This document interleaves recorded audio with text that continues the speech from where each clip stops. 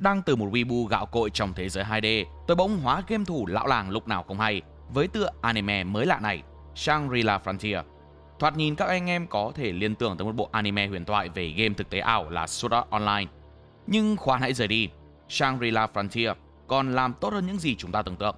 Từ cốt truyện, nhân vật, animation đến world building đều như khiến chúng ta thực sự đắm chìm vào một con game thần thánh. Tuyệt vời ở chỗ là nó không drama nhảm nhí, không love line lằng nhằng. Chỉ bấy nhiêu thôi là tôi muốn chấm 10 trên 10 rồi.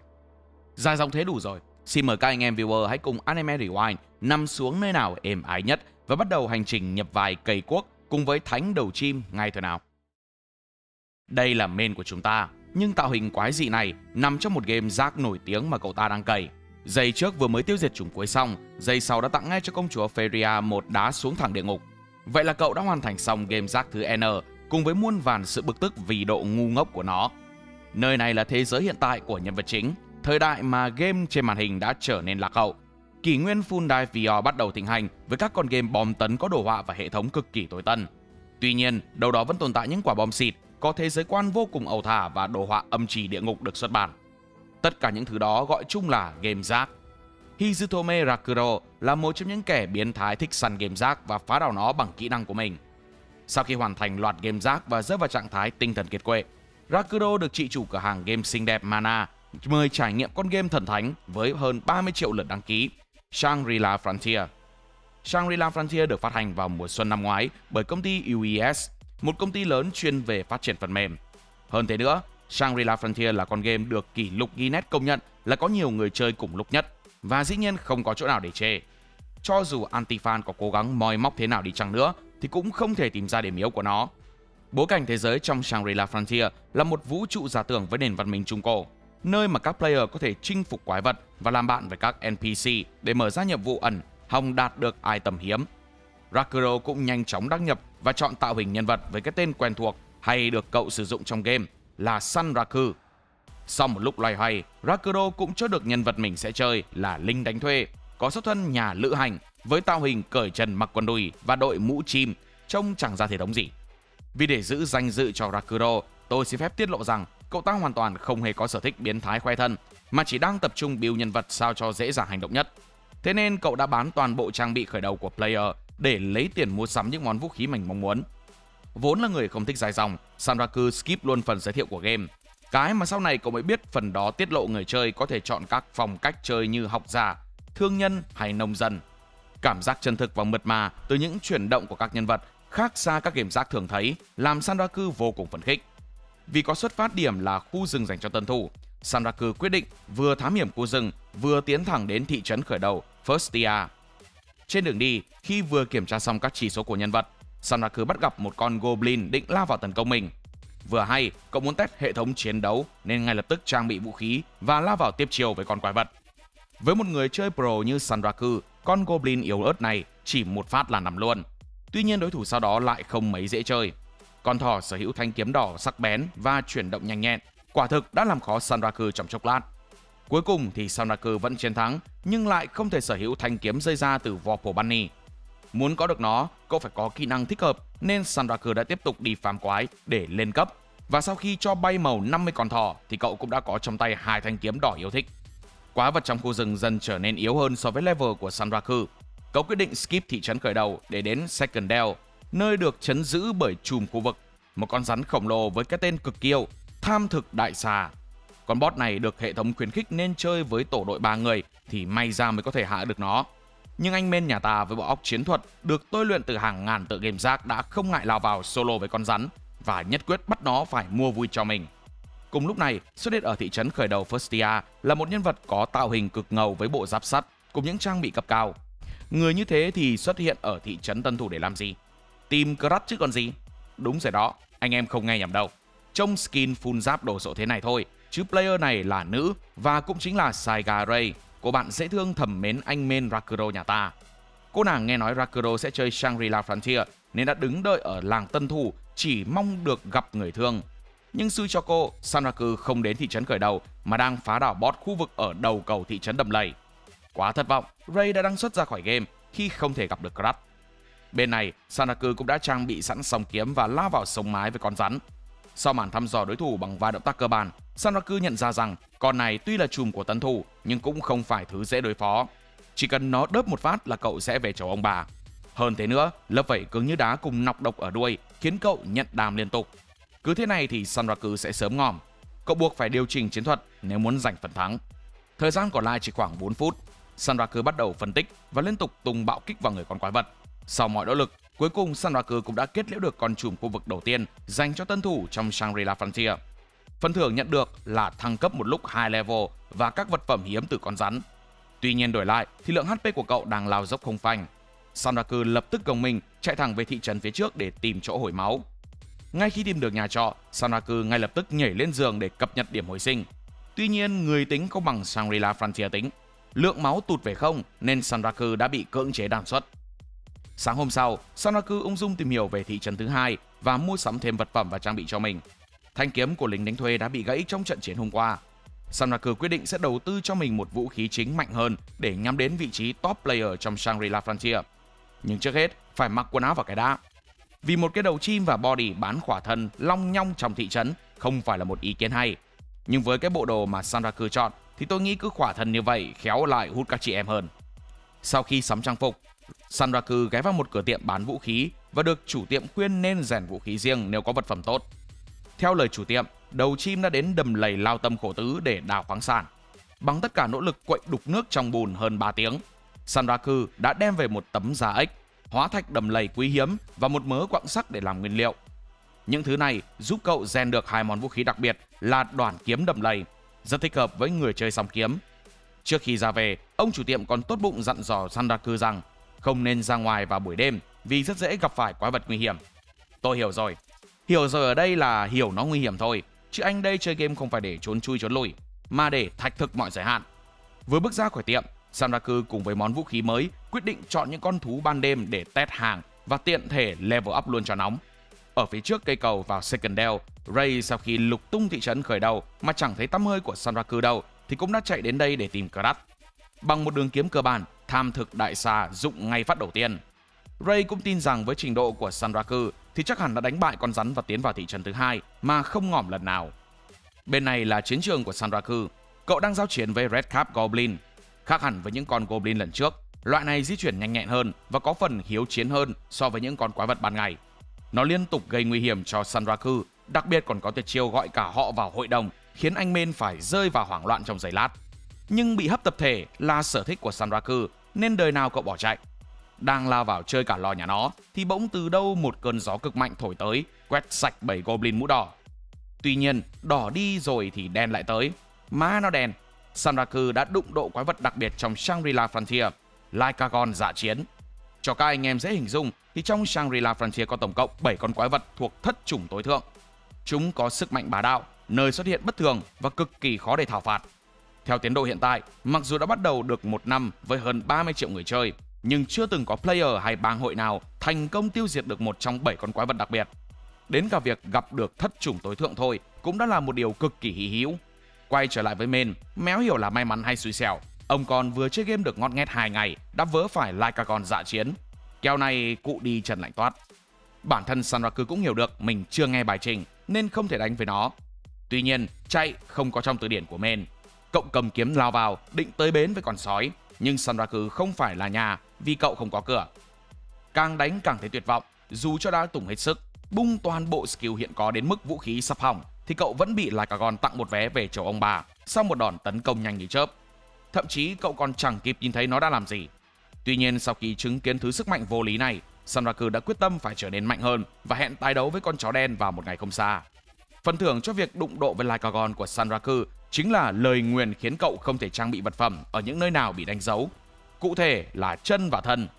Thế là anh Main nhà ta phải quay trở về tạo hình ban đầu với độc một cái quần tà lòn và mũ chim đội đầu. Các lời nguyền chết dẫm này chỉ được giải trừ khi Sanraku đi tìm lời cầu nguyện của thánh nữ hoặc là đánh bại kẻ thi triển nó. Đọc xong đống thông báo thì thánh đầu chim cũng phải cạn lời vì những chuyện này vốn dĩ chỉ tồn tại trong game rác. Vậy mà ngay ở cả game thánh cũng có, khiến cậu tức điên. Không còn cách nào khác, dù phải cởi trần lang thang trên phố như một thằng lập dị thì Sanraku cũng bắt buộc phải giữ bình tĩnh để tiếp tục tìm ra cách giải quyết. Nhưng được giao chiến với quái vật đặc biệt cũng không phải hoàn toàn bất lợi. Tuy chỉ đánh với Lycagon hơn 5 phút, nhưng điểm kinh nghiệm của Sanraku cũng tăng lên đáng kể. Điều này giúp cậu có thể phân bố điểm một cách hợp lý nhằm tăng khả năng sống còn trong các trận chiến sắp tới. Đang than trời vì chỉ số phòng thủ âm trì của một thằng giáp giấy thì một con thỏ rơi thẳng xuống đầu Raku. Tưởng rằng nó là đồng bọn của con thỏ trong rừng nên cậu đã lập tức đuổi theo, hùng hục rượt đuổi vào một con hẻm cụt. Sanraku đã gặp cảnh đặc biệt, lời mời vào vương quốc thỏ. Trong Shangri-La Frontier, ngoài mạch truyện chính về khám phá thế giới ra thì các game thủ còn có thể bắt gặp các nhiệm vụ phụ về các cảnh đặc biệt do những NPC khác nhau kích hoạt. Những sự kiện này là ngẫu nhiên nên không một ai biết rõ chúng hoạt động như thế nào và ở đâu. Vì vậy cho nên nếu gặp được cảnh đặc biệt thì tất cả những gì nằm trong đó đều được xếp vào hàng cực phẩm. Bố cái thằng, đúng là chỉ số may mắn cao ngất ngưởng nên mới chơi game được vài ngày mà trải nghiệm khéo gần bằng beta tester. Nghiễm nhiên bước vào cánh cổng nhưng chính cậu cũng không ngờ rằng cấp độ yêu cầu cho cảnh này là 80, còn Sanraku thì đâu đó mới ở ngưỡng 28.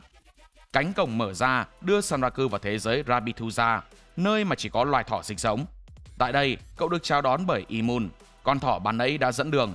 Nó bảo rằng cả vương quốc thỏ đang bàn tán về Sanraku và rất ngưỡng mộ cậu vì đã dũng cảm chiến đấu với Lycagon dù yếu thế hơn rất nhiều.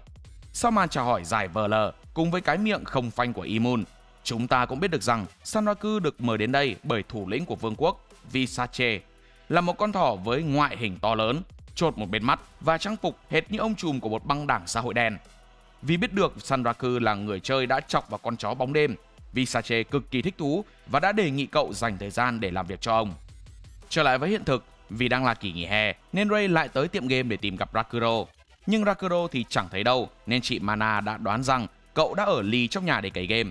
Hóa ra vì không đủ trình để chơi game rác chung với Rakuro nên Ray đã âm thầm chơi trước con game thánh này để một ngày nào đó có thể hướng dẫn cho Rakuro.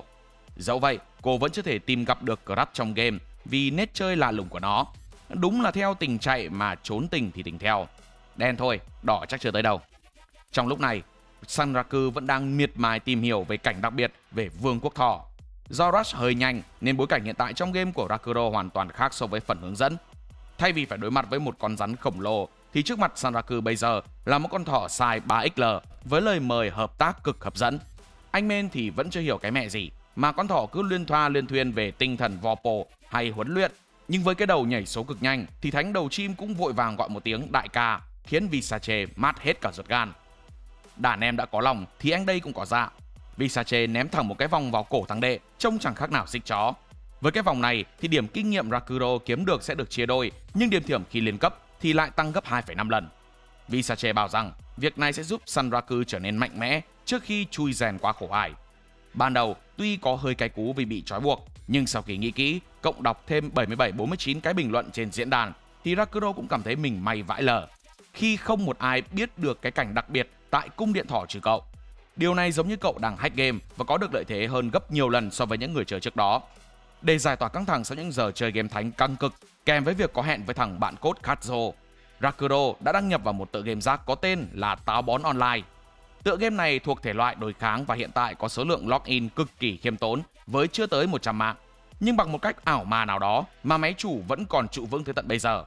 Mục đích của Katzo rủ Rakuro vào game là để show cho thằng bạn thấy được bug mình mới vừa tìm ra. Lỗi này giúp Katzo có thể sử dụng Gear 5 của Luffy. Ý tôi là kéo giãn cơ thể ra 4 phương 8 hướng như người cao su. Sau khi bem nhau một trận với Katzo, Sanraku bày tỏ bản thân đang đắm chìm vào một con game thánh mang tên Shangri-La Frontier. Không những vậy, cậu còn tiết lộ cho khứa bạn biết về những cảnh đặc biệt hay việc mình đã húp con sói bóng đêm Lycagon. Điều này khiến cho Katzo tò mò và quyết định sẽ bắt đầu chơi thử Shangri-La Frontier để tận hưởng những gì mà Sanraku chia sẻ.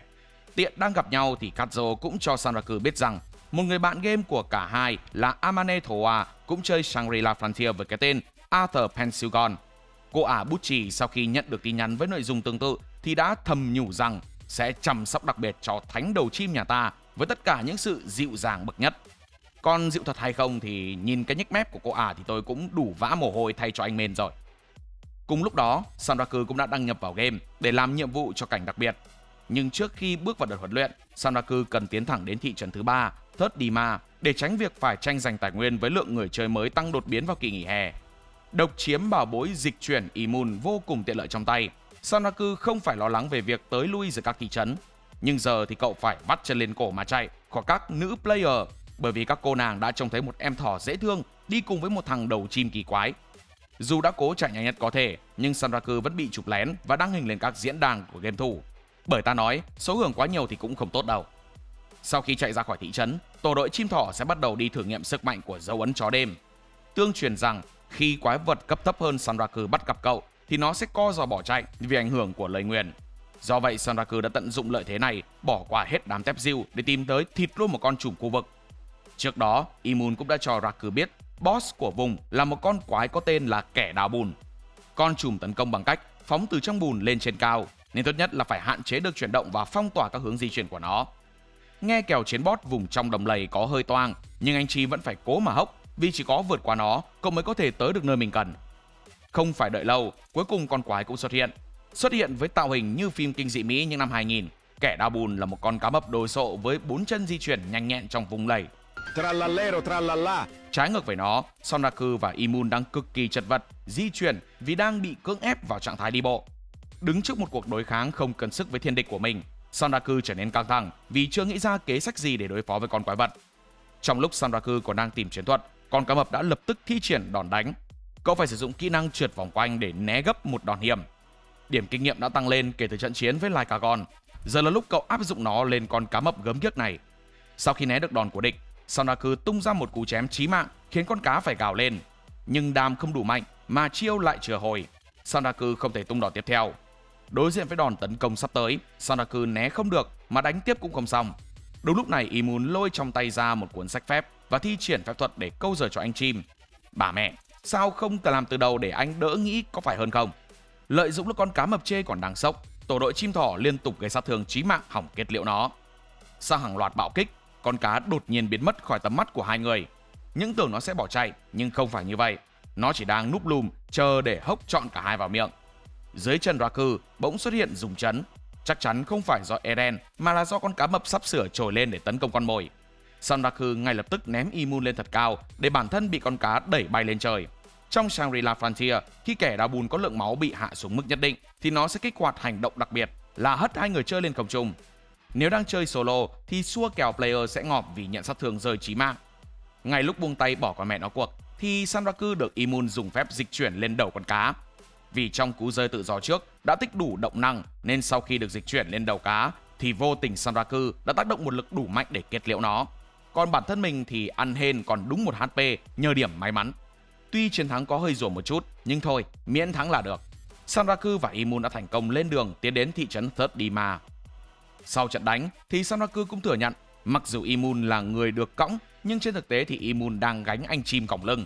Vì vậy, Raku phải nhanh chóng bắt kịp sức mạnh với Imun để có thể có động lực cày cuốc tiếp mà không phải mất mặt. Tuy nhiên, vấn đề đáng quan ngại hơn ngay bây giờ là làm cách nào để có thể giấu Imun đi. Nếu cứ lộ vậy mà tiến vào thị trấn thì thể nào cũng sẽ bị tra khảo. Nghe xong thì Imun liền tiết lộ bí mật gia tộc cho Sanraku. Thật ra ẻm có thể biến hình thành một cô bé dễ thương, nhưng chỉ trong thời gian có hạn do mana không đủ để duy trì. Dẫu vậy, việc một cô gái xinh đẹp đi với một gã đầu chim cởi trần thì cũng đủ để khiến thiên hạ hoài nghi rồi. Vừa đến nơi thì cả hai đã bị lính canh chặn lại vì vẻ ngoài quái dị của Sanraku. Tuy nhiên với cái miệng tia lia cùng câu chuyện phóng đại của mình, Imun đã thành công khiến đám lính canh phải ngao ngán mà thả cho hai người đi. Rắc rối này vừa qua thì phiền phức khác lại tới. Sanraku không biết rằng mình đang trở thành idol giới trẻ cực hot trên mạng, không phải vì lắc đuýt mà là vì bức ảnh chụp lén với Imun đang được lan truyền rộng rãi một cách chóng mặt. Việc này khiến cậu bị săn lùng khắp mọi thị trấn. Nhiều người trong số đó cũng nhận ra trên cơ thể Raku có dấu ấn của Lycagon dã chiến. Nổi tiếng nhất phải kể đến là hội Asura chuyên PK người chơi và Saiga 100 cũng mong muốn tham gia vào cuộc chiến săn Raku. Lúc này Sanraku đang chạy trốn thì gặp Animalia. Cô nàng liên tục vồ vập lấy đầu chim để hỏi về cách thuần phục một con thỏ Vopo. Trong lúc còn đang bối rối vì bị gái dí hỏi, Sanraku tiếp tục bị một cô gái nữa tấn công theo đúng nghĩa đen. Né không kịp, có khi giờ này đang ngắm gà khỏa thân luôn rồi. Như đã tiết lộ từ trước, người này là Pensilgon, bạn chơi game rác cùng với Sanraku. Nhưng mối quan hệ bạn bè này có vẻ hơi lập dị, nên vừa thấy cô nàng, Sanraku đã rút vội song kiếm của mình ra để sẵn sàng đánh trả. Để mà nói về duyên nợ giữa đầu chim và Bucci thì phải nhắc về tựa game rác có tên Unite Rounds. Đây là một thế giới loạn lạc với các player chuyên cướp bóc vật phẩm từ người chơi khác. Mục đích ban đầu của game là để giải cứu vương quốc khỏi diệt vong, nhưng thế quái nào do cái hệ thống rác rưởi với tỷ lệ rất đồ cực thấp mà không mấy người chơi mặn mà với việc trở thành anh hùng cứu rỗi thế giới. Ngay cả nhiệm vụ tân thủ cũng ngốn của player tận 12 tiếng đồng hồ. Vì vậy mà để tiết kiệm thời gian thì các player mạnh hơn sẽ cướp item của những kẻ yếu như NPC hay các player còn non nớt. Trong cái không gian hỗn độn đó, có một player đã giành được quyền kiểm soát vương quốc với danh nghĩa cướp bóc rồi chia đều. Từ đó vương quốc bút chì đã ra đời. Mặc dù đã lệch mẹ khỏi cốt truyện chính rất xa, Sanraku và Kazuo vẫn phải đối mặt với ma vương đời mới của Unite Rounds là chiến binh bút chì. Tại đây cô ả đã bón hành cho hai thằng đệ, khiến thánh đầu chim cày mãi không quên. Thù cũ không rủ cũng tới. Quay trở lại với Shangri-La Frontier, khi nghe được kẻ của game rác cũng bắt đầu nghiện game thánh, thì Pentagon lập tức lên đường truy lùng Sanraku. Vừa hay bắt gặp idol trên mạng thì vội vàng phi tới để cho thằng em đi bán muối trước khi các player khác làm điều này. Pentagon hiện tại đang trực thuộc một hội PK chuyên giết các người chơi cấp cao tên là Asura. Nhưng do hội quản lý game đã điều chỉnh lại cơ chế nên việc giết người đã dần trở nên khó khăn hơn. Hội Asura đang rất muốn có được thông tin về cảnh đặc biệt, còn bên này Sanraku lại muốn độc chiếm nguồn tin quý giá. Và không cần nói cũng biết, một khi ngôn từ đã bất lực thì bạo lực sẽ lên ngôi. Hai bên lao vào quyết sống mái tới cùng. Được một lúc thì Imun cũng bị cưỡng chế trở lại dạng thỏ. Sanraku ngay lập tức vác Imun bỏ chạy vào thị trấn. Pentagon không dễ dàng bỏ qua cho đầu chim, nhưng cô nàng Animalia lập tức tham chiến để bảo vệ bé thỏ Imun tới cùng. Tuy nhiên với sự giành mãnh của mình, Pentagon không đến đây đơn độc khiêu chiến. Cô ả mang theo 4 tên cùng hội, quyết dí thằng đệ phải xuống lỗ mới hả dạ. Trong lúc Sanraku đang chật vật đối phó với kẻ địch có level cao hơn cùng những trang bị xịt sò, Animalia cũng không mấy suôn sẻ khi đối thủ của cô là một trong những người chơi có level cao nhất nhì Shangri-La Frontier. Sau đòn phản phép của Pentagon, Animalia đã nhanh chóng đo đất, còn Sanraku đang mải suy nghĩ về cách đối phó với những tên mặc giáp tận răng kia.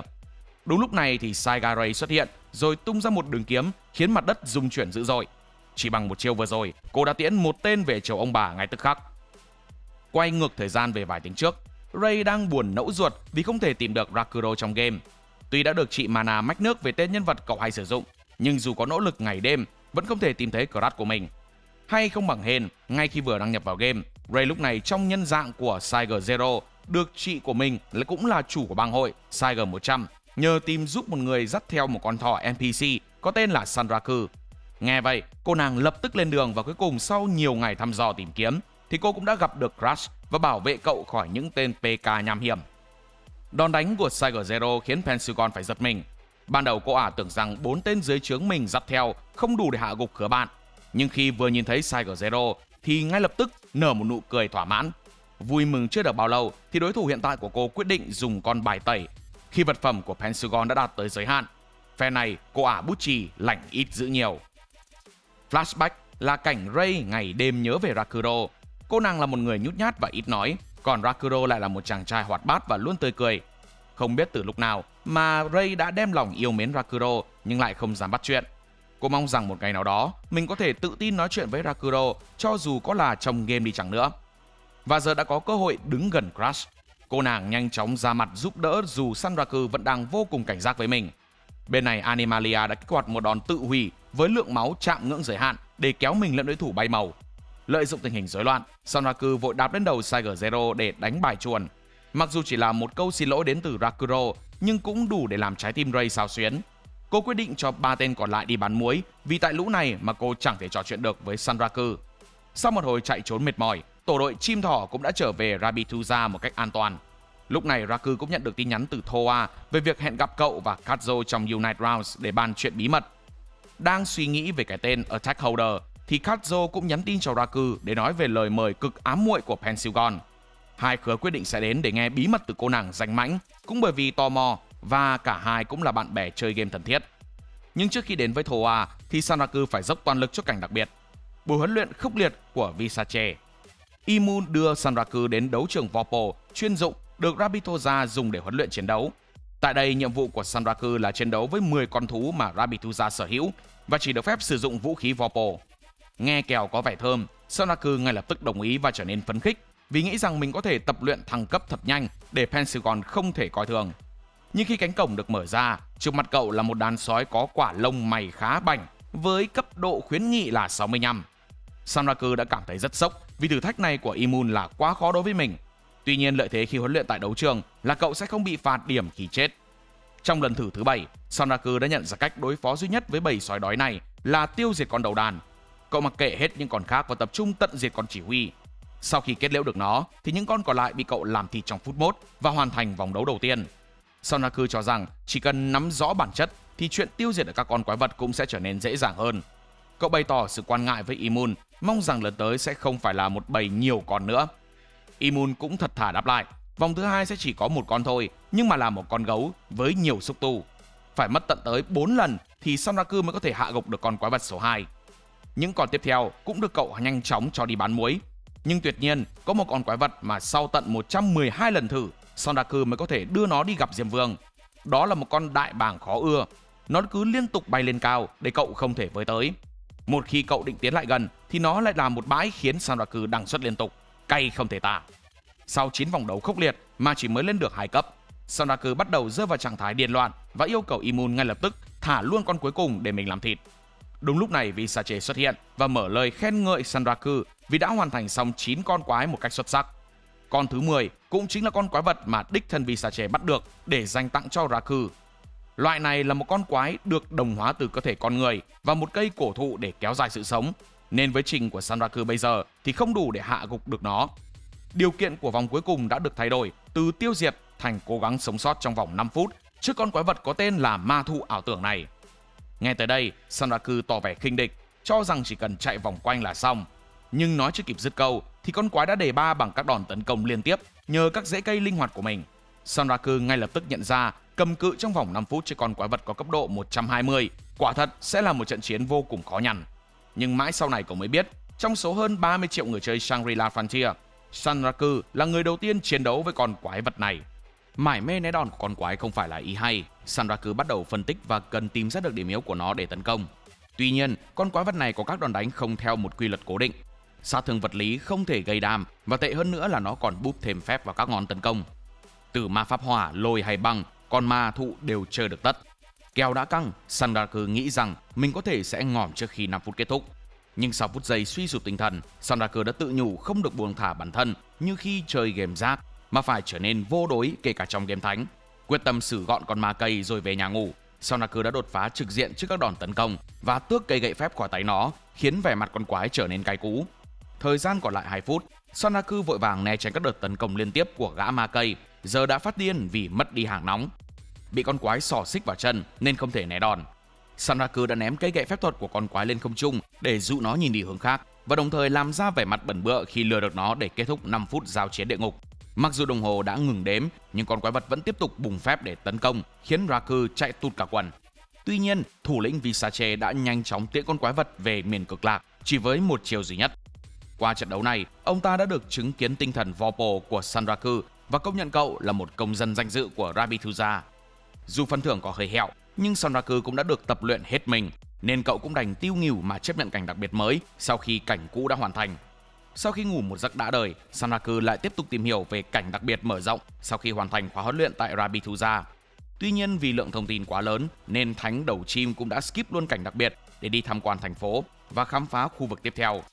Nhưng trước đó, cậu cần phải che lại cái đầu chim cùng dấu vết bị Lycagon đánh dấu. Imun đã đưa Sanraku đến gặp Pete, chủ của một cửa hàng đồ dùng tại Rabithusa. Cả hai đã nhờ Pete tìm cho mình một vật phẩm có thể che phủ toàn thân nhằm ngụy trang khi đi lại ở trong thành phố. Nhưng khi trang bị vào và đi lại khắp thành phố, Sanraku khiến toàn bộ người dân phải dè chừng và sợ hãi vì bộ dạng khó coi của mình. Sau khi đọc map của toàn thị trấn thì Raku đã phát hiện ra từ Third Dima cậu có thể di chuyển đến 3 khu vực đặc biệt cần phải lưu ý. Cái thứ nhất là Fort Forcier với hang rừng bạt ngàn thiên tử vạn hồng, một mê cung hang động như một khu rừng nguyên sinh với trên trần là những bông hoa đầy màu sắc. Khu vực tiếp theo là Five Valley, hồ núi lửa thăng trầm, một nơi mà nước tích tụ lại tại thành hồ nước trên một miệng núi lửa đã ngừng hoạt động. Cuối cùng là Sixen Vale, tan tích hắc thiết từ thần đài, nơi có các thanh sắt lơ lửng trên không vô cùng khó di chuyển. Sau một hồi tính toán kỹ lưỡng, Raku đã chốt sẽ đến khu rừng nguyên sinh đầu tiên. Bên phía này, Imun đang bị thu hút bởi một bóng dáng rất quen thuộc, và người đó không ai khác chính là Tiger Zero. Song song với đó, hội Asura đã góp mặt với nhau tại căn cứ của chúng. Hội trưởng của Asura có vẻ cực kỳ quan tâm đến Imun và Sanraku vì cảnh đặc biệt mà cậu đang độc chiếm. Tuy nhiên, Pentagon đã nhắc nhở rằng ở thời điểm hiện tại họ đang có một mối lo ngại lớn hơn là việc truy lùng một con quái vật đặc biệt. Nhưng Ocelot lại cho rằng thất chủng tối thượng không thể bị đánh bại và họ nên lợi dụng việc đụng độ với nó để tăng điểm kinh nghiệm hay củng cố sức mạnh cho hội Asura. Pentagon nghe vậy thì biết đám này vừa gà vừa nhát nên ngay lập tức bỏ đi. Vì Asura bây giờ đã trở nên đần độn, yếu đuối và chỉ muốn chọn đường ổn định, nên Pentagon quyết định sẽ tự mình tìm cách đánh bại một con quái vật có tên là Mộ Thủ Wizaemon, một trong thất chủng tối thượng của thế giới Shangri-La Frontier. Ở phía này, Sanraku cũng đã phát hiện mình bị Tiger Zero theo dõi. Cậu bắt đầu over linh tinh rằng mình sẽ bị trả thù vì việc dẫm lên mặt cô. Nhanh như chớp, cậu lôi Imun co giò phóng lẹ. Chưa kịp để cô nàng lên tiếng thanh minh, tiện thể thì hai tên thuộc hạ của hội Asura cũng phát hiện Sanraku đang chạy trốn, và thế là trò chơi đuổi bắt trong thành phố xin phép được bắt đầu. Vì hai tên kia hơi đột nên Raku đã dụ chúng chạy đến khu tàn tích hắc thiết, còn mình thì chạy ngược về phía khu rừng nguyên sinh như đã định. Tuy nhiên, chiêu trò chỉ lừa được hai thằng gà, còn Tiger Zero thì đã đứng đây từ chiều để chờ Raku. Tưởng rằng mình sắp bị ăn đòn thì Sanraku nhận được lời mời kết bạn từ cô nàng Simlaw cùng cái cúi đầu đầy bẽn lẽn. Cậu có vẻ hơi đề phòng vì một player cấp cao không lý nào tự nhiên đi kết bạn với một thằng cấp thấp như mình. Nhưng sau cùng thì cậu cũng chấp nhận kết bạn, khiến Tiger Zero phấn khích đến run người. Cô còn đề nghị giúp Raku luyện cấp, nhưng thằng đầu chim bận lo xa, cộng sợ màng nợ nên đã từ chối lời mời. Cuộc trò chuyện nhanh chóng kết thúc và tổ đội thỏ chim tiếp tục lên đường chinh phục hang động sắp tới. Hang rừng bạt ngàn thiên tử vạn hồng, quả đúng như cái tên khi mà bên trong nó là một khu rừng nguyên sinh với đủ các loại động thực vật có màu sắc cực kỳ bắt mắt. Cảnh này đẹp vờ lờ, thề tôi xem tới cái đoạn này mà lác hết cả mắt. Đối diện với những loài sinh vật thú vị, Sanraku trở nên phấn khích và muốn khiêu chiến thử vài con để làm quen. Để chuẩn bị cho buổi đi săn này, Sanraku cũng đã đầu tư cho mình những cây phi đao dùng để tấn công tầm xa. Kinh nghiệm này cậu có được từ lần trước bị chim ẻ lên đầu những 111 lần. Đớn cho anh ra chim. Ngay sau đó đám sinh vật ở đây nhanh chóng trở thành công cụ để Sanraku cẩy cuốc kiếm tiền và tăng điểm thưởng. Tuy đã kiếm được khá khá, nhưng Raku vẫn chưa tiêu diệt được con bọ cánh cứng khổng lồ, nên cậu quyết định nhắm nó làm mục tiêu cuối cùng. Vừa hay, con bọ này và lũ ong đang chuẩn bị múc nhau, nên Sanraku đứng ngoài làm ngư ông đắc lợi. Đợi khi đám ong bị con bọ tiêu diệt và con bọ cũng bị thương khá nặng, thì thánh đầu chim mới bắt đầu tham chiến. Cậu nhanh chóng dùng song kiếm để tấn công vào vết thương cũ của nó và liên tục bạo kích, khiến nó chẳng trụ được lâu.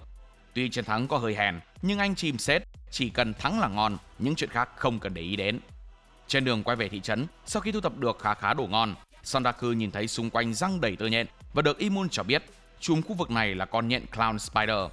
Cậu định chui vào hang chùm làm vài nháy, nhưng cửa hang đã bị chặn lại bởi các player khác cũng đang chiến đấu với nó. Sau khi các người chơi khác đã bị con chùm làm thịt, thì Sanraku cũng nhanh chóng tiến vào. Cậu bắt đầu lao thẳng về phía con nhện để solo với mục tiêu là không mất chút máu nào. Cậu dùng những skill đã có được sau khi luyện tập ở đấu trường Rabithusa, như cú nhảy một thuyền để né những hòn đá tảng mà con nhện thả xuống. Hơn nữa, cậu còn khéo léo di chuyển để né hết bẫy được giăng sẵn và tiếp cận con nhện một cách dễ dàng. Cậu tấn công liên tục và đẩy con nhện ra khỏi lưới tơ, khiến nó rơi thẳng xuống dưới đất và nhận sát thương cực lớn. Chưa dừng lại ở đó, thánh đầu chim còn thả thêm rất nhiều đá xuống đầu của nó. Tuy nhiên từng đó đam vẫn là chưa đủ. Con nhện vẫn lồm cồm bò dậy, khiến Raku buộc phải lao vào đánh trực diện. Cậu xông tới, cho nó ăn sát thương liên hoàn vào chỗ hiểm, để rồi chết không kịp ngáp. Trong lúc anh chim còn đang vênh mặt lên trời vì tiêu diệt được con boss mà không phải đổ máu, thì bên này một player có avatar là một. Tôi không biết là nên gọi là bé gái hay bé trai, vì thân hình thì loli còn quả giọng thì được dựa. Méo hiểu, nhưng thôi, bỏ qua, vì đây chính là player Katzo, bạn chơi game rác của Rakuro.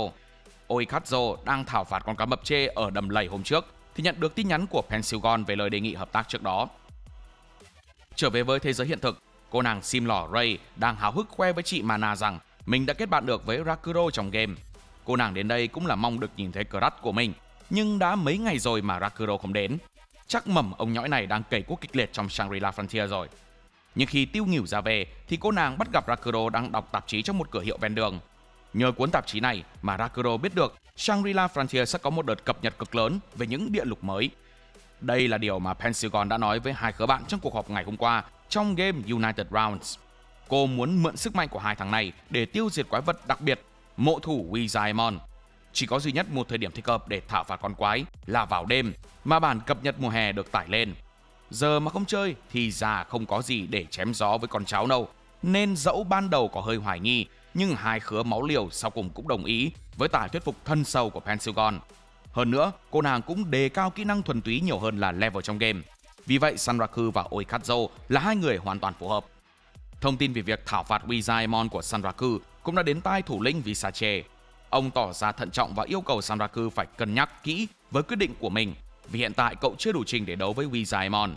Sau một hồi thuyết phục thì Visa cũng chấp nhận để Raku đi chinh phục con quái vật đặc biệt đó với vai trò là supporter. Ông cũng tiết lộ nhiều thông tin hơn về Wizardmon để Sanraku có thể hiểu rõ đối thủ mà mình sắp phải đối mặt là gì. Không những vậy, ông còn đích thân xuống lò rèn của Bilak để nâng cấp kiếm tặng cho khứa đàn em vì tinh thần vò bổ tĩnh thực. Theo lời của Bilak, trước khi trở thành thủ lĩnh của Rabituza, Visa là một thợ rèn có tiếng trong giới được mệnh danh là cổ tượng, một người thợ rèn với kỹ thuật không ai sánh bằng. Sau quá trình trần hóa, cặp song kiếm với hình dạng và sức mạnh mới đã ra đời.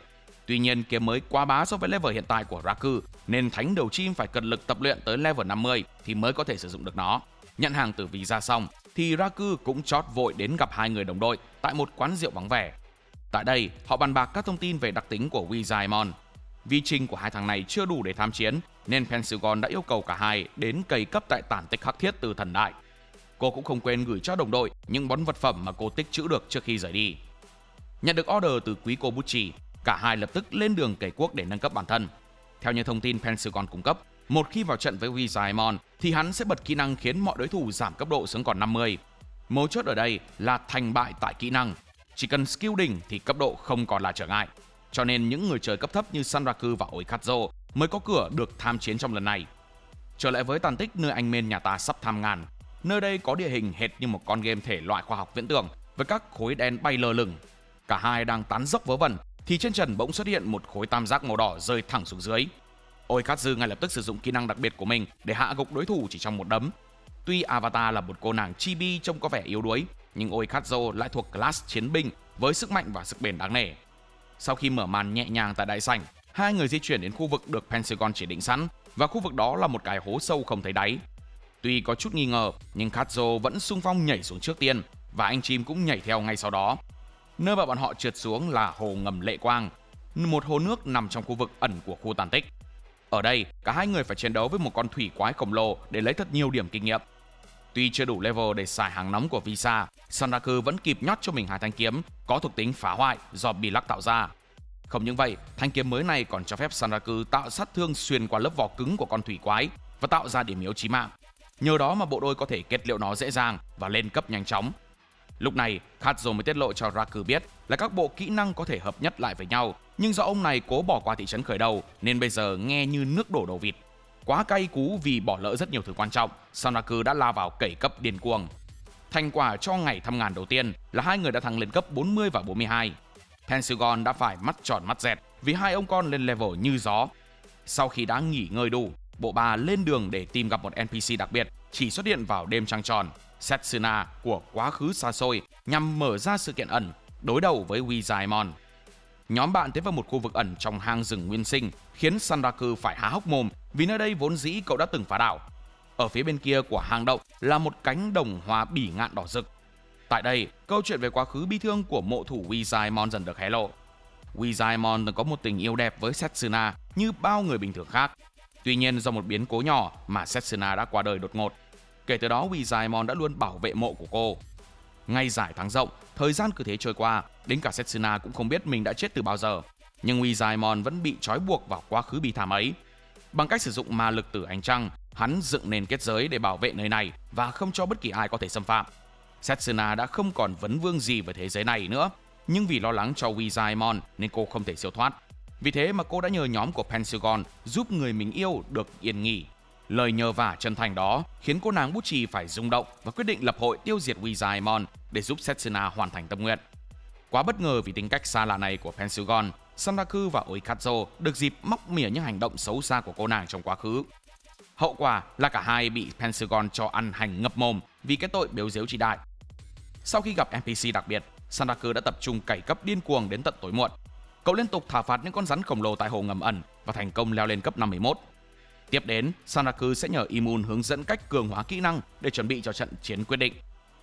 Trận đấu còn 2 tuần nữa sẽ bắt đầu. Trước đó, Pensugon cũng đã nhấn mạnh trận chiến này cần kỹ năng của player, nên Sanraku quyết định đăng nhập tá bón online để luyện tập kỹ năng đối kháng và né đòn. Mặc dù đang là kỳ nghỉ hè, nhưng game lại không có mấy người chơi. Vì quá vắng vẻ nên Sanraku định sẽ luyện tập với chùm cuối. Đúng lúc đó có bắt gặp một người chơi mới có biểu tượng thách đấu tên là Dragonfly. Game này bây giờ đã là hàng cổ rồi. Việc cậu còn có thể gặp lính mới thì đúng là buồn ngủ gặp chiếu manh. Sanraku ngay lập tức gạ kèo với hàng hiếm để test xem thằng đệ này có gì hay ho. Sau khi tung vài đường cơ bản Sanraku bỗng từ người đi luyện tập trở thành kẻ huấn luyện cho người mới. Cậu chỉ cho Dragonfly những chiều lỗi mà mình và đồng bọn đã dày công nghiên cứu. Khứa tóc hồng được pro player chỉ dạy nên cực kỳ hào hứng. Tuy có ăn hành liên tục nhưng vẫn xin Raku được đấu thêm ván cuối cùng. Vận dụng những gì được Raku hướng dẫn, Dragonfly đã có lần đầu tiên hạ knock out Raku nhờ tự mình sáng tạo ra chiều lỗi mới. Để cảm ơn tóc hồng vì khiến trò chơi thêm phần thú vị, Sanraku đã sâu ra một bậc do chính cậu tìm ra. Và dĩ nhiên là tóc hồng ăn hành ngập mồm ngay sau đó. Trong lúc Sanraku đang làm giáo viên bất đắc dĩ thì tại Shangri-La Frontier, Kazuo đang bị Pentagon quản thúc để kịp thăng cấp cho trận đấu sắp tới. Trông thằng nhỏ có vẻ đau khổ lắm, nhưng có làm thì mới có ăn, không làm thì chỉ có ăn đờ bờ ăn C. Hôm nay đã đến ngày Imun đưa Sanraku đến Skill Gardener để kết hợp kỹ năng. Chủ nhân ở đây là một con thỏ có vẻ mặt dịu hiền tên là Elk, chị sinh ba của Imun. Anh em đừng để vẻ mặt thánh nhân này đánh lừa. Ẩn sâu bên trong đó là nội tâm của một kẻ bào tiền đến những đồng cuối cùng. Anh chim nhà ta ban đầu chỉ yêu cầu kết hợp các kỹ năng lại với nhau, nhưng chẳng mấy chốc mà đã bị con thỏ hám tiền đó vặt nhẵn túi. Sau khi học được các kỹ năng kết hợp mới, Sanraku tái hợp cùng với hai người bạn tại quán táo rắn để bàn về các vấn đề mới phát sinh. Các thành viên trong hội Asura đều biết được vị trí của Wizaemon, nên bọn họ đã lợi dụng hệ thống để biến nơi đó thành nơi cày cấp và luyện tập PvP. Nếu cứ để hội Asura tiếp tục độc chiếm, cả ba sẽ đụng độ với chúng vào ngày trăng non sắp tới. Vì thế mà Pentagon đã quyết định sẽ tung ra thông tin về hang ổ của hội Asura nhằm để các player khác truy lùng và tiêu diệt cả nhà bọn chúng. Việc cuối cùng trước khi trận chiến bắt đầu là thu thập vật phẩm. Pentagon đã đi khắp nơi trong thành phố để mua lại tất cả những vật phẩm hồi sinh. Ngay bản cập nhật mới được tải lên cũng đã đến. Vì NPC không thể tham gia trận chiến nên Imun đã đưa cho Sanraku sợi dây truyền hộ mệnh, cầu cho cậu hiển vinh trở về. Quả là hậu phương vững chắc của anh chim. Ngay lúc này, tại căn cứ của hội Asura, khi cả bọn đang đợi Pentagon trên một con tàu thì Tiger Zero xông tới đánh đòn phủ đầu khiến một tên bay màu ngay lập tức. Theo sau đó là hàng loạt các clan xuất hiện khắp xung quanh, mở ra một trận sát phạt Asura với quy mô cực lớn. Trong khi đó, bộ ba kia đã độc chiếm khu vườn bí mật, khiến đám tàn dư của Asura không thể nào chạy trốn vào trong. Xong xuôi mọi việc, Pentagon mở ra cánh cổng để bước vào vùng không gian xám xịt, song song với khu vườn hoa bỉ ngạn. Ở nơi đây, chỉ độc nhất một cây hoa anh đào to lớn nằm ở chính giữa. Tiếng hát của Setsuna cũng vang lên hòa vào tiếng gió. Ngay dưới gốc cây chính là con quái vật bất tử Wizaemon. Ngay khi vừa đụng độ với nó, cấp độ của ba người ngay lập tức giảm xuống cấp 50. Sanraku trong vai trò cận chiến tiến lên thách thức con quái vật không thể chết này. Ngay khi Sanraku vừa vào tầm đánh, Wizaemon liền tung ra chiêu thức đặc trưng, nhưng cậu đã ngay lập tức né được. Nhìn thằng đệ quẩy tung nóc với đối thủ, Pentagon liền bật cười thành tiếng và cảm thấy cực kỳ hài lòng. Đối thủ là kẻ thách thức tử thần, khoảng cách 150 level với hàng đống chiều tất sát, đúng là một bài toán khó nhằn cho Sanraku. Vì thế mà cả đám đã đoán rằng để kết liễu Wizaemon, họ phải thỏa mãn một điều kiện đặc biệt nào đó, chứ không phải đưa HP của hắn về không. Sau nhiều lần thử nghiệm, Pentagon đã rút ra kết luận: một khi đụng độ thì cả đám cần phải sống sót trong vòng 10 phút để có thể vượt qua vòng gửi xe. Sanraku với kỹ năng chinh phục game rác một cách thuần thục được Pentagon tin tưởng giao cho trọng trách câu giờ. Tuy đã né được rất nhiều đòn chí mạng, nhưng kẻ địch quá ao trình. Sanraku cuối cùng cũng đã lãnh chọn một nhát chém khiến cậu hóa Gozo ngay lập tức. Không chút do dự, Oikazo đã ném vật phẩm giọt lệ hồi sinh vào người Raku để kéo thằng bạn về từ cõi chết. Cảnh trước đó đã tiết lộ, Pentagon vung tiền thu mua hết tất cả các vật phẩm hồi sinh quý giá để chuẩn bị cho thời khắc này. Giọt lệ hồi sinh là một item thần thánh trong thế giới Shangri-La Frontier. Nếu sử dụng với một người chơi trong vòng 10 giây, ngay sau khi họ bị hạ, thì họ có thể hồi sinh với toàn bộ HP. Tổ đội Pentagon hiện tại đang sở hữu tổng cộng 12 cái và mỗi cái có giá lên tới 4 triệu money. Ngoài ra cô nàng còn mua luôn món vật phẩm có tên là thần dược sinh mệnh với khả năng hồi sinh 50% lượng HP cho chắc cú. Với 27 mạng trong tay, cả bọn sẽ câu giờ với Wizaemon cho đến khi vào dạng mạnh nhất. Ngay khi Sanraku vừa được hồi sinh, Wizaemon đã chú ý đến Oikazo và lập tức cho rằng cậu là con mồi cần phải tiêu diệt. Với lời hướng dẫn ngắn gọn từ kẻ đi trước, Oikazo buộc phải liên tục né đòn của con quái vật. Tuy mới chiến đấu được hơn 2 phút, nhưng kiếm của Sanraku đã bị giảm đi một nửa độ bền. Để tiếp tục combat, cậu phải đổi sang loại vũ khí ưu tiên độ bền cao hơn. Các chiêu thức của Wizaemon cũng trở nên đa dạng hơn, từ chém đến xét, hắn còn dùng cả vân vũ khiến Sanraku không biết đường nào mà lần. Cứ thế, cả hai tên cứ liên tục thay phiên nhau tham chiến, ngủm rồi lại hồi sinh. 10 phút địa ngục cuối cùng cũng đã trôi qua. Bộ ba đã thành công đi đến giai đoạn 2 của trận chiến, chỉ với một nửa vật phẩm hồi sinh được sử dụng. Ngay lúc này, một con kỳ lân cơ máy bỗng xuất hiện giữa không trung. Oikazo lập tức trở thành đối thủ của nó. Vì có chút bất ngờ trước hình dáng đồ sộ đó, Oikatzo đã mất tập trung và bị nó rượt chạy tóe khói. Nhiệm vụ của cậu trong lần này chính là ngăn cản không cho con ngựa sắt này hợp thể với Wizardmon. Và tất nhiên là cả hai vẫn sẽ phải sống sót trong vòng 10 phút thì mới mong tiến tới giai đoạn cuối cùng. Thua thì nhót. Với kỹ năng của một game thủ chuyên nghiệp đã từng chơi một tựa game thánh chuyên về dùng ngựa để chiến đấu, Oikatzo đã tìm được điểm tựa. Cậu phóng lên lưng con ngựa và dùng roi khống chế nó. Con ngựa bất kham bắt đầu dãy như điên, làm tôi nhớ đến người yêu cũ của tôi mỗi khi tôi quên rep tin nhắn của nó. Oikatzo phải liên tục giữ dây ngăn không cho nó tiếp tục tấn công. Trong khi hai đứa bạn đang cố gắng cầm cự, Pentagon phải cân đo đong đếm tất cả mọi thứ và nhận ra lúc này chính là lúc thích hợp để sử dụng vật phẩm có tên là cán cân trả giá. Trước đó cô nàng đã đến thương hội cán cân Hoàng Kim để mượn vật phẩm này. Nói là đi đến mượn thế thôi, chứ cô đã phải van xin lệ lục thì mới có thể có được nó. Bằng cách đặt vật phẩm vào đĩa dâng lên ở bên trái, tùy vào giá trị của nó mà người chơi sẽ nhận được lợi ích tương ứng từ dĩa phước lành ở bên phải. Tầm này là canh bạc tất tay rồi. Pentagon đã cược toàn bộ tài sản với hơn 30 triệu money để đổi lấy 300 điểm trạng thái trong thời gian có giới hạn và cộng dồn điểm cho Sanraku và Oikatzo. Ngay khi nhận được búp, Sanraku đã lập tức nhận ra không thể nào gây sát thương cho Wizardmon, nên cậu đã dẹp hai thanh kiếm đi rồi cứ thế cắm đầu chạy thẳng về phía trước và tung đòn, đánh văng hai thanh kiếm ra khỏi người con quái vật. Trong lúc thằng này đang phởn vì cướp được vũ khí của đối phương thì thằng kia lại đang vật vã khống chế cái cục sắt di động. Thôi thì phước ai dày người đó hưởng. Pentagon yêu cầu Oikatzo phải cố mà sống tiếp vì trận chiến chỉ còn 4 phút nữa là sẽ tiến tới giai đoạn cuối cùng. Dứt lời thì dây chói bị đứt và thằng cu bị con ngựa hất văng lên trời. Cùng lúc đó, vì né đòn của Wizardmon mà Sanraku đã nhảy nhầm sang hướng của Pentagon. Hậu quả là tên samurai đã tấn công luôn cô ả bút chì. Ngay lập tức, thánh đầu chim vung thanh katana để chém vào người Wizardmon nhưng lại bị hắn tóm được. Chuyện gì đến cũng đến, cậu bị con quái vả thẳng xuống đất và bay mẩu ngay sau đó. Không còn Sanraku, Pentagon bị Wizardmon đưa vào tầm ngắm và hắn lập tức sử dụng nhập đạo vân hỏng kết liễu cô. Cô nhanh chóng chạy ra sau lưng để né đòn đánh và ném vật phẩm hồi sinh lên người anh chim. Pentagon vội dặn dò rằng kể từ giờ phút này trở đi, nếu Sanraku ngỏm thêm một lần nào nữa thì toàn bộ kế hoạch sẽ phải thay đổi. Nhìn sang phía Oikatzo, người lúc này đang hợp thể theo nghĩa đen với con kỳ lân robot. Cậu cột chặt cơ thể mình với đối thủ, cho dù nó có lắc như thế nào thì cũng không thể làm cậu văng ra ngoài. 10 phút ở giai đoạn 2 cũng đã trôi qua. Wizardmon bỗng dưng quỳ xuống và toàn bộ không gian xung quanh đã bắt đầu thay đổi. Trên người hắn dần xuất hiện các vết nứt. Theo lời Pentagon, khi hội Asura còn những người chơi vô cùng giỏi thì cũng chỉ chạm đến dạng này đúng một lần. Một khi con quái vật bắt đầu gầm lên và tỏa ra sóng xung kích, tất cả người chơi đều sẽ bay màu. Ban đầu Pentagon nghĩ rằng Wizardmon thuộc class chiến binh máy với công nghệ tiên tiến, nhưng sau khi tìm hiểu kỹ thì cô nhận ra tên này hóa ra lại có thuộc tính là quái vật dạng undead. Chính vì vậy, cô đã lôi trong dương vật phẩm ra một bình nước thánh được chính tay thánh nữ nhân Elistela tạo thành. Đối diện với nước thánh kháng tử thi cao cấp, Wizardmon gầm lên đau đớn và cả cơ thể hắn bắt đầu phát ra những tia lửa đầy phẫn nộ. Cùng lúc đó, con ngựa cơ khí đã tiến hành biến đổi thành một con robot cỡ lớn trước ánh mắt kinh ngạc của cả ba người. Tình thế vô cùng cấp bách, một mình Kazuo không thể nào đối phó với con robot mập ú đó được, nên Sanraku đã đề nghị Pentagon qua support cho thằng đệ. Còn mình ở đây sẽ solo với con trùm trong 10 phút cuối cùng cho đến khi nó sụp đổ hoàn toàn. Đặt hết niềm tin nơi khứa bạn, Pentagon dặn dò vài câu và lập tức tiến về phía Oikatzo.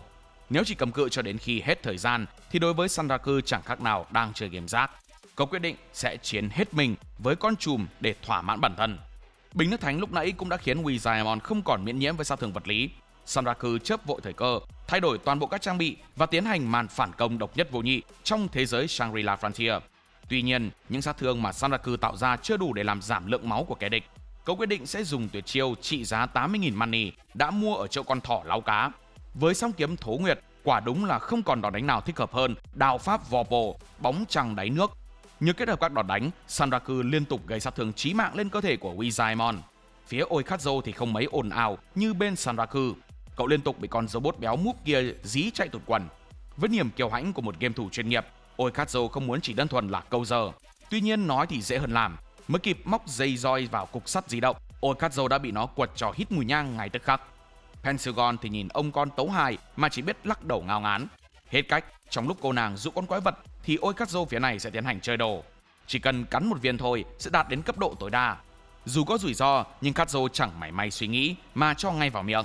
Ngay lập tức, cậu được đời hư ảo đưa em vào cơn mê. Toàn bộ không gian xung quanh trở nên tối sầm và các giác quan cũng bị biến dạng. Hình phạt dành cho việc dùng cheat là cứ sau mỗi 30 giây, cậu sẽ bị giảm một cấp ngay cả khi đã hết chiến đấu. Quá kinh khủng. thanh niên chibi vội vàng tham chiến để nhanh chóng cho con quái kia thành đống phế liệu. Dù thành công gây choáng, cả hai vẫn không thể làm nó sứt mẻ một chút nào. Trở lại với Sanraku, hiện tại cậu đã hoàn toàn quen với tất cả những đòn đánh của Wizardmon. Lượng HP còn lại là không nhiều, nhưng đó chính là điều kiện để cậu kích hoạt kỹ năng ẩn của Thanh Thố Nguyệt. Chỉ số của kẻ địch càng cao thì toàn bộ điểm trạng thái của cậu sẽ được cường hóa. Dồn hết các búp vào trong một chiêu, Sanraku định sẽ tung ra đòn cuối cùng. Nhưng khi vừa định chạm vào hắn, Wizardmon bỗng dưng khựng lại và thu kiếm về. Hắn nhìn thấy sợi dây chuyền mà cậu đang đeo, rồi tự dưng lẩm bẩm những câu nói khó hiểu, khiến Sanraku cảm thấy hơi lag. Nhưng từ lúc này sẽ là lúc con trùm bị sức mạnh hồi tưởng đánh gục hay tự hủy như một cú quay xé khét lẹt, giống cái chết của anh em Tam trong Kimetsu no Yaiba. Wizardmon bắt đầu vào trạng thái tối thượng, quyết dùng Thanh Thiên Đại Trinh để kết liễu con mồi. Thấy kẻ địch bắt đầu nghiêm túc, Sanraku trở nên phấn khích lạ thường. Những đòn đánh tất sát được tung ra ồ ạt, khiến cậu phải dùng tới tuyệt chiêu Tẩu Vi Thượng Sách. Không những xuất liên tục, ý tôi là xuất chiêu, Wizardmon còn kết hợp với nhiều đòn tấn công lại với nhau, làm anh Men không tài nào chống đỡ nổi. Ngay lúc sắp tung ra đối sách mới, Sanraku đã trúng một đòn chí mạng không thể né, khiến cậu phải dùng nốt giọt lệ hồi sinh cuối cùng. Vì tất cả các trang bị đã bị phá hủy nghiêm trọng, Sanraku phải cực khổ chống đỡ với các đòn tấn công liên tục từ phía kẻ thù. Cậu vừa né đòn vừa phân tích các chiêu thức.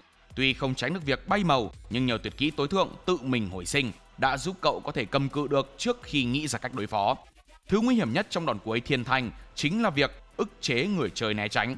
Trong vòng 3 phút ngắn ngủi và 5 vật phẩm thần dược sinh mệnh, Sanraku buộc phải giải mã được nó thì mới có cơ may chiến thắng. Ở phía bên kia chiến tuyến, Oikazo và Pensugon cũng đang đau đầu khi không thể xuyên thủng lớp giáp của con kỳ lân máy. Chợt Pensugon nhấn nút tự hủy và đâm ngọn giáo vào chính mình. Oikazo cảm thấy hoảng loạn khi nhỏ bạn làm trò khùng điên. Cậu vội ném vật phẩm hồi sinh vào người Pensugon để lôi đầu cô ả bút chỉ sống dậy. Thanh niên này đúng là số nhọ, hết bị bạn xúi chơi đồ giờ còn phải gánh bạn còng lưng. Vừa sống dậy thì Pensugon đã cho Kazo biết lý do cô phải ngỏm, vì cô cần lấy lại cánh tay của mình, vì người chơi thương không thể chỉ chơi với một tay. Mẹ mày, méo nói sớm, đau tim vờ lờ. Trở lại với cuộc chơi, cả hai phối hợp với nhau để tiến hành đục tung lớp giáp của con robot. Phần lõi năng lượng của nó đã lộ ra sau cú đâm của Pensugon. Ngay lập tức, những tia năng lượng với sức sát thương cực lớn được bắn ra liên hoàn. Cả hai phải né triệt để, nếu không muốn bị những tia beam đó bắn trúng. Hơn nữa, nếu không thể đánh thắng con pet này thì đảm bảo cả hai sẽ mang nhục suốt đời với thánh đầu chim. Càng nghĩ lại càng thấy cay. Tầm này không chơi tới thì nhót, hai người phải quay lại để tìm cách tấn công. Trong khi Kazo làm mồi nhử thì Butchi sẽ tiến đến gần con kỳ lân. Cô sử dụng cây thương cắm vào bóng của nó nhằm phong ấn chuyển động. Đối với con quái vật tỏ xác này, thời gian hiệu ứng chỉ vỏn vẹn 5 giây. Trong lúc đó, Pensugon đã rút ra cây thương cuối cùng và tung đòn kết liễu trong tình trạng mất một tay. Ngay khi con kỳ lân vừa trúng chiêu, Kazo cũng đã tung toàn bộ sức mạnh còn lại để tiễn kẻ địch xuống địa ngục. Nhiệm vụ tiêu diệt con pet đã xong, giờ chỉ còn Sanraku đang vất vả vì kẻ canh mộ cứ liên tục làm nhảm một câu duy nhất. Còn cậu thì đã xài đến vật phẩm hồi sinh cuối cùng. Bằng cách kết hợp hai thanh thố nguyệt lại với nhau, Sanraku có cơ hội búp sức mạnh chí mạng và tỷ lệ thành công trong các đòn đánh tiếp theo lên một tầm cao mới. Thế nhưng, ngay lúc này, trên màn hình xuất hiện dòng chữ không thể kích hoạt. Hóa ra ông con đã canh nhầm thời gian nên bây giờ không thể sử dụng tăng tốc hành động. Trong tình thế ngàn cân treo sợi tóc, một thanh kiếm được phóng ra từ phía ngôi mộ của Setsuna khiến Wizardmon bị phân tâm. Đúng lúc này, nhớ lại những điều chỉnh của bản cập nhật mới nhất. Khi chỉ số may mắn lớn hơn 50 thì những sát thương tự tạo sẽ kéo HP về 1 chứ không phải là về 0 như thường thấy. Và cũng chính lúc này, cậu dồn toàn bộ sức lực chiều cuối cùng và đối đầu trực diện với Wizardmon. Thanh katana của con quái đã nứt làm đôi. Wizardmon tiến về phía ngôi mộ của Setsuna rồi bắt đầu vỡ vụn. Trong giây phút chằn chối, Wizardmon đã nói lời cảm ơn với bộ ba vì đã giúp mình ra đi thanh thản. Kết giới đã bị phá bỏ, không gian xung quanh lại trở về với cánh đồng hoa bỉ ngạn, nơi mà Setsuna cũng đang đợi sẵn. Thấy người yêu của mình cuối cùng cũng được ngủ yên, Setsuna gửi lời cảm ơn đến tất cả mọi người vì đã hoàn thành ước nguyện của mình. Trước khi biến mất, Setsuna còn cho cả ba biết được giờ đây họ đã trở thành những người đầu tiên khai mở thế giới của Shangri-La Frontier. Cô cũng nói nếu muốn biết tường tận gốc rễ và sự thật của nơi này, họ phải tìm gặp con quái vật có tên là Bahamut. Người khôn ăn nói nửa chừng, Setsuna chỉ nói biết tới vậy, rồi nở một nụ cười hiền và lặng lẽ tan biến vào hư vô. Vậy là cảnh đặc biệt cũng đã hoàn thành. Ngay khi vừa tính kiểm tra phần thưởng sau khi hạ được con quái vật đặc biệt, thì cả ba đã phải giật mình vì trên đầu bỗng xuất hiện một chiếc chuông thông báo. Hỡi toàn thể người chơi của Shangri-La Frontier, vừa mới đây, một trong 7 thất chủng tối thượng Wizardmon đã bị tiêu diệt bởi bộ ba Sanraku, Oikazo và Arthur Pensugon. Nhờ vậy mà World Story của cả thế giới Shangri-La Frontier sẽ bước sang trang mới. Bỏ mẹ rồi, đang tính ăn mảnh thì bị hệ thống úp sọt. Bây giờ cả bọn sẽ phải đối mặt với việc bị các người cha khác truy lùng. Ngay cả clan hùng mạnh như Hắc Lang với chủ hội là Tiger 100 cũng không chịu đứng ngoài cuộc, nhất định phải điều tra và lấy thông tin từ kẻ đã thảo phạt thành công quái vật đặc biệt. Nhóm của Sanraku vừa ra tới ngoài thì bắt gặp bọn Asura đứng chờ sẵn ở đó. Đám này tính lợi dụng lúc cả ba đang suy yếu mà nhảy vào cướp hết vật phẩm. Nhưng người tính không bằng anh chim tính. Cậu đã kịp gửi tín hiệu đến cho Tiger Zero, nhờ cô tới hỗ trợ cho mình. Tiger Zero với khí chất áp đảo khiến đám Asura tức đến run người. Cả đám lao vào tính hội đồng, nhưng danh xưng Attack Holder không phải để trưng. Chỉ sau 50 giây là cả bọn đã bay màu hoàn toàn, và đồng thời cô cũng dọn sạch kho vật phẩm của chúng. Xử lý xong hội Asura, Pentagon cũng đề nghị Tiger Zero xử luôn mình để tẩy trắng hoàn toàn khỏi danh xưng Player Killer.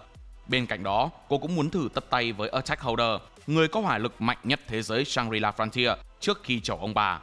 Đứng trước nguyện vọng của Pentagon, Tiger Zero cũng nhanh chóng chấp nhận lời thách đấu, và để cho chồng nghiêm túc hơn, cô nàng lập tức cường hóa trang bị và chuyển hóa thành dạng Satan. Pentagon không chịu thua, cô cũng sử dụng một đống búp lên thanh kiếm của mình và sẵn sàng nghênh chiến. Tuy nhiên, trận đấu không kéo dài được lâu vì sức mạnh của Tiger Zero là quá lớn. Chẳng mấy chốc mà Pentagon cũng đã bị đập cho tan pixel chỉ sau 2 đòn đánh. Chứng kiến bạn mình bị clear, hai khứa kia không những không thường xót mà còn tranh thủ nhảy vào hôi của hết các vật phẩm mà Pentagon làm rơi ra. Trước khi Tiger Zero trở lại chỗ cũ vì thời gian triệu hồi đã hết, thì Sanraku cũng gửi lời cảm ơn vì cô đã ứng cứu cả bọn kịp thời. Thế là trận chiến căng não đã kết thúc. Sanraku và Oikazo cũng trở về Third Dima và đăng xuất khỏi game. Với kỳ tích tiêu diệt một trong những thất chủng tối thượng, nhóm Sanraku đã khiến cả Shangri-La Frontier phải náo động. Không những vậy, đến nhà phát hành game Utopia cũng phải bấn loạn trong đêm vì sự kiện này. Theo như thứ tự dự tính của game, Katanit mới là con quái vật đầu tiên bị hạ, còn Wizaimon được xếp vào hàng giữa hoặc thậm chí là ở những chặng cuối cùng. Việc Wizaimon bị thảo phạt ngay lúc này như một đòn chí mạng giáng vào hệ thống khiến cốt truyện của Shangri-La Frontier có nguy cơ bị đảo lộn. Ngay lúc này, trong phòng chứa tài liệu gốc của game, chủ tịch và người sản xuất đã có một trận va nhau cực căng khi nhận được tin dữ. Cả hai lao vào chỉ trích đối phương và chủ tịch đã cho rằng đáng lý ra Wizaimon phải sở hữu một bộ chỉ số mạnh cực khủng để không ai có thể đánh bại được.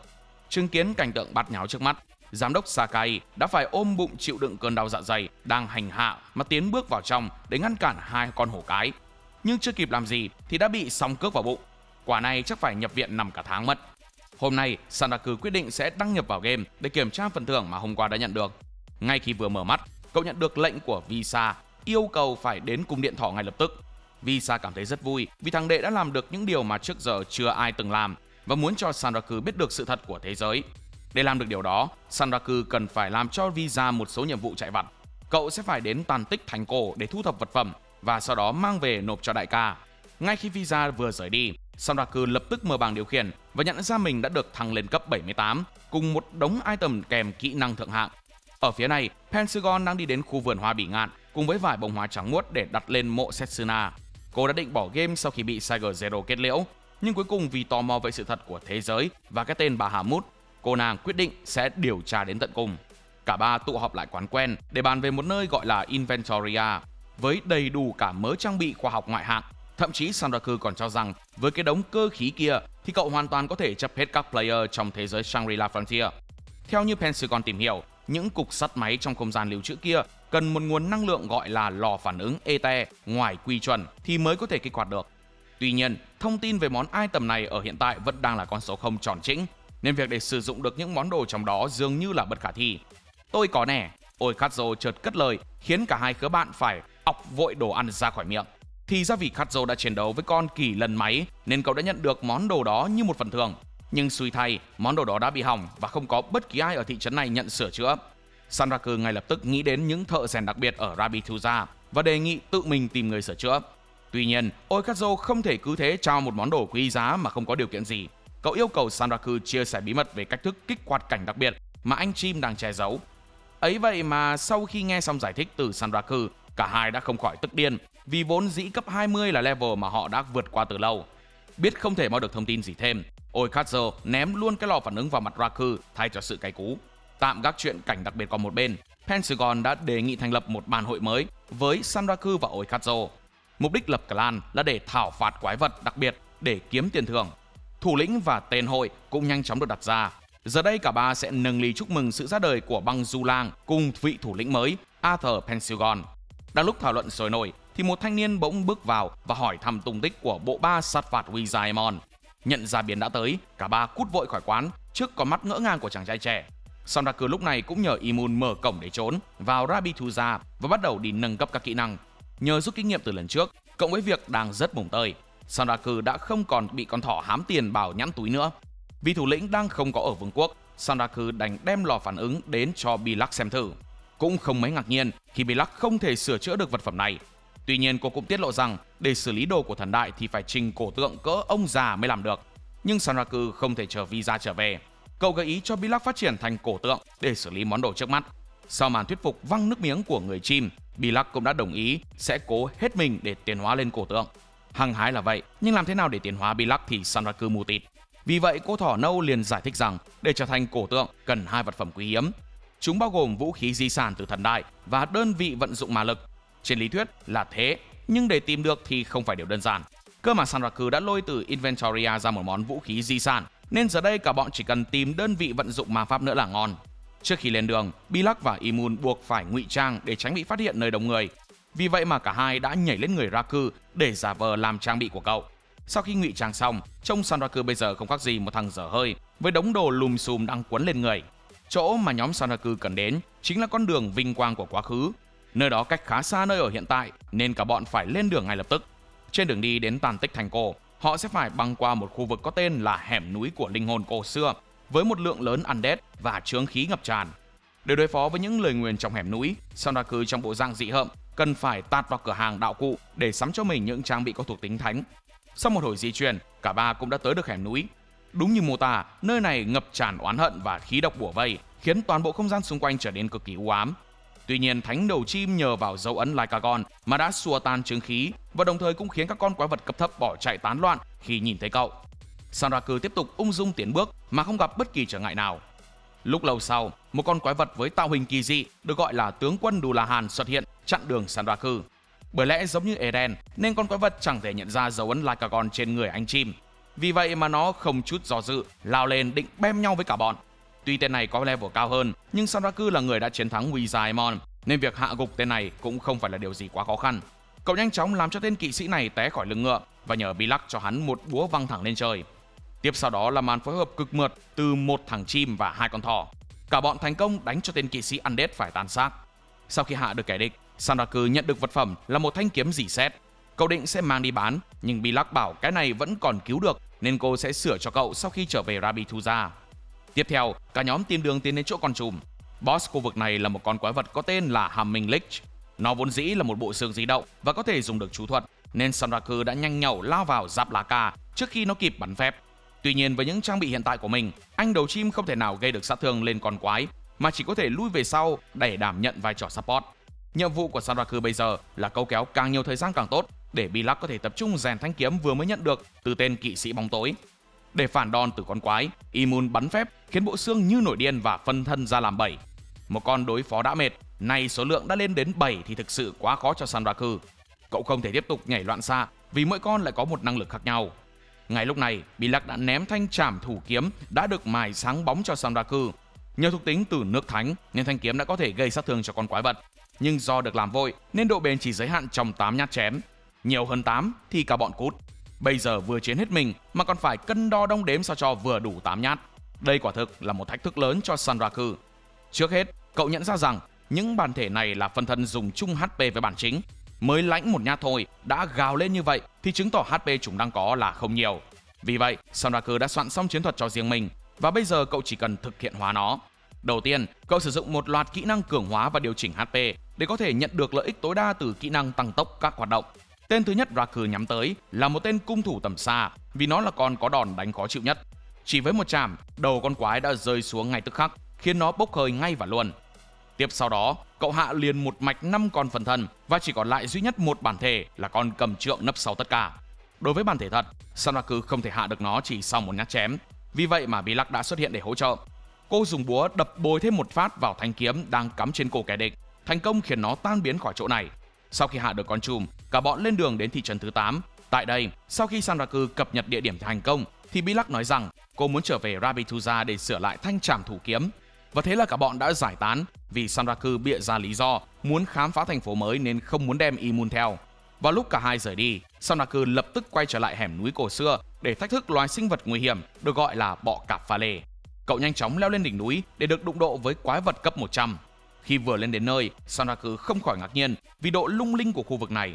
Đây là một khu vực nằm ngoài bản đồ và được bao phủ bởi hàng ngàn khối pha lê được sắp xếp chồng chéo lên nhau, không theo một trật tự nhất định nào. Trong lúc thánh đầu chim còn đang mải ngắm cảnh, từ phía sau lưng bỗng có một con bọ cạp pha lê cỡ lớn lao tới.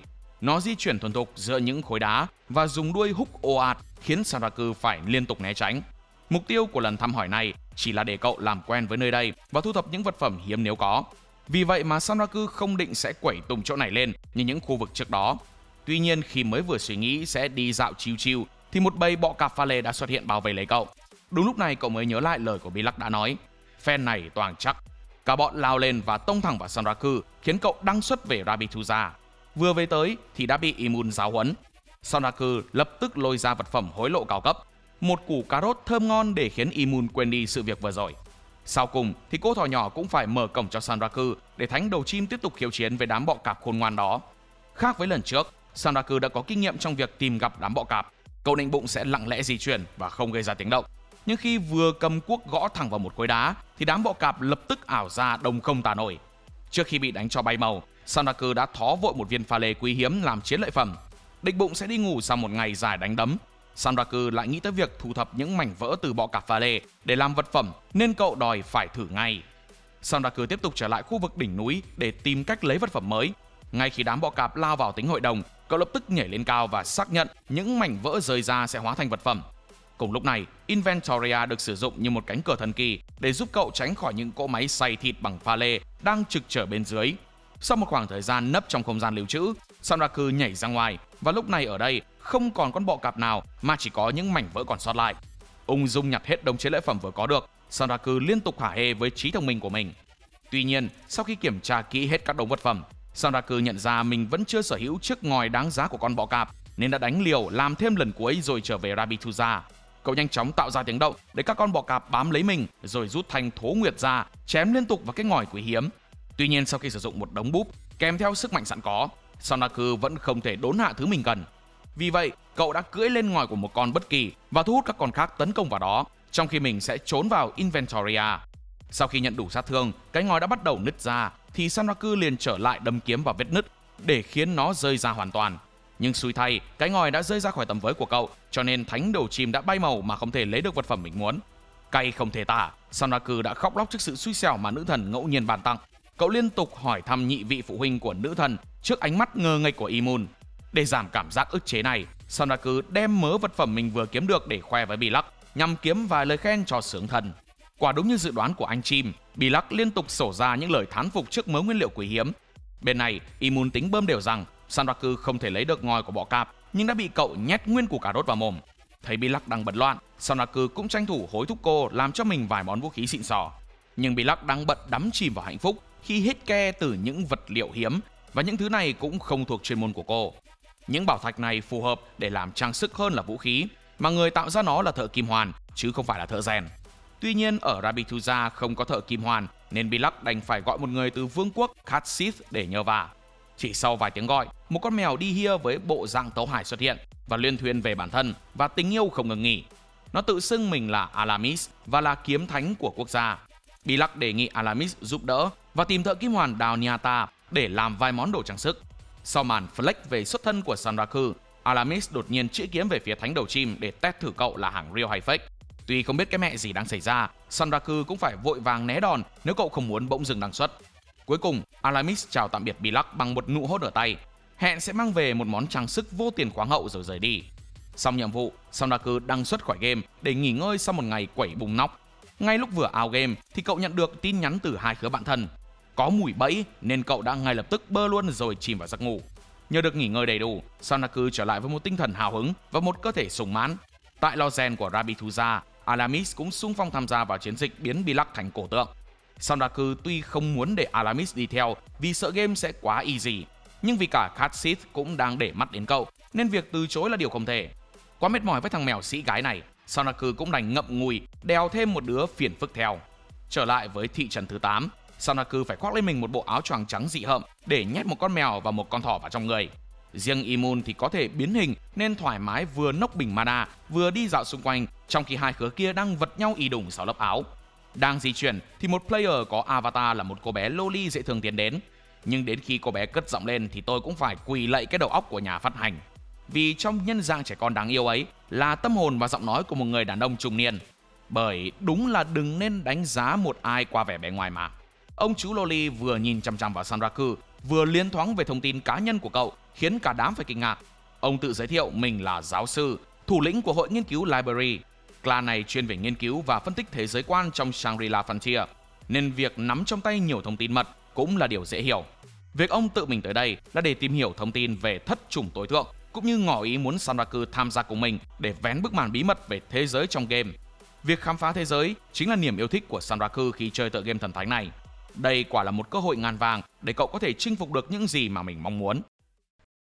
Đứng trước lời mời đầy hấp dẫn của giáo sư, liệu Sanraku có hợp tác với bang hội thông tin lớn nhất Shangri-La Frontier để tìm hiểu về những bí ẩn chưa ai khám phá được hay không?